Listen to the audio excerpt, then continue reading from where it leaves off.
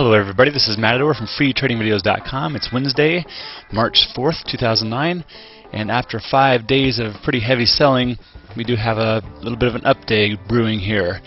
Just going to take a run around some news with you guys and gals and just say most people are looking at this news from the government. There's a plan to help struggling homeowners, and there's also hope for Chinese economic stimulus package. People are getting some encouragement out of that, and they're sort of looking for bargains out there. So in that vein, Obama is basically looking to launch a housing plan. It's going to help 9 million homeowners stay in their homes, and I'll just stop with any political commentary and just read the facts here. I'm on Yahoo Finance. Yahoo Finance does a really good job. There are other ones as well, but I'm just there right now. Anyway, so he's looking at that. Looks like the service sector shrank in February. Right, so that's the 5th straight month that's happened. So that's the ISM number, the Institute for Supply Management, and that's simply it's a Tempe, Arizona-based trade group of purchasing executives, and it did fall to 41.6 last month from 42.9 in January. But it still rose a little bit higher than what they thought it was going to be. So it was higher than what the economists were thinking it was going to be, but it was still lower. Any reading below 50 signals contraction. Any reading above 50 indicates expansion of the economy. Just real quick on that, if you want to know, about 3/4 of Americans work in service-providing industries, so hotels, retail, education, healthcare, financial institutions, and what they do is the ISM report's based on a survey of the group's members in 18 industries, and it covers a lot of things like new orders, employment, inventories, backlogs, and the like. So, and those members give feedback, and they're saying that they're still concerned about soft market conditions, the negative outlook for employment, and the overall state of the economy. Furthermore, the ISM on Monday said its companion manufacturing index rose to 35.8 last month from 35.6 in January. And the analysts had expected the index to drop. But again, any reading below 50 indicates contraction, and the manufacturing sector has now shrunk for 13 consecutive months. So that's pretty dramatic. So in addition to all that, oil is above $44. BJ Wholesale fourth quarter profit is up. Costco second quarter profits drop. Toll Brothers fiscal first quarter loss is narrowing. Just news and news and news. But it's good to, again, read this stuff, keep abreast of that information, and let that be a way to sort of navigate the environment that you're trading in right now.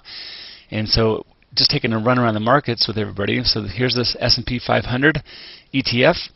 Nice gap up into resistance area here from this previous swing high. And if I dive deeper and scrunch this chart up a little bit, you'll see a couple other resistance areas of note. So I'll just drop these in. Nice little trend line from here. Good. And again, I'm just on a 3-minute chart. There's another one in this whole area in here. So these areas are hit nicely. They're stair-stepping up. We are now chewing on this area. Above 72, then, if I really go out to another time frame, you'll see where 72 is. Nice round number. So here's what we were chewing on this morning. Next resistance, 72. The declining 100 MA on the 15-minute chart, of course, will be a little bit of resistance, at least intraday. Then you've got this unfilled gap to contend with. Ooh. And then, of course, the round number of 73, 74.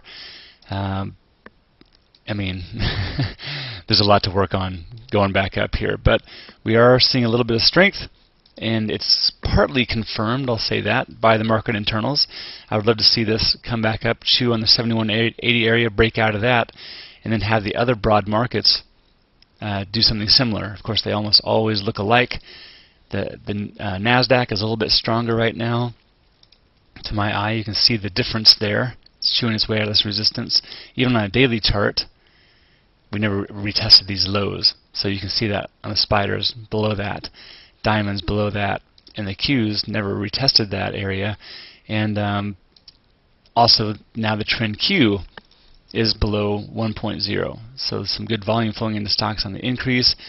The trend for the New York Stock Exchange, however, has spent a good portion of the day above 1. So that's a divergence between those two again. The VIX is nice and low-ish. To say that 47 is low for the VIX is interesting, but it's definitely lower than it used to be and lower than the last couple of days, and that's where I'm kind of looking at. So here's a good area dropping off. It'd be nice to see this drop lower if you're long in the market. And the put-call ratio is right around 1.0. I'd like to see it around 0.8 to corroborate the move to the upside, but there's some more puts, well, actually right about dead even. But typically a reading of 0.8 is neutral for this particular broad market internal. So just some news and some broad market internals for you, as well as some resistance areas coming up here. And again, just pick relative strength and weakness stocks. Look at how those are reacting to market environments. And of course, use protective stops in your trading and trade safe-ish. You always have to risk money to make money, but you can always determine that risk before you ever get into a trade. And of course, that's all a big part of money management. So hope you guys are having a good day today, a good week, and let me know if you have any comments or thoughts, and I'll try to get to your questions in a timely fashion. I'll talk to you soon, and take care.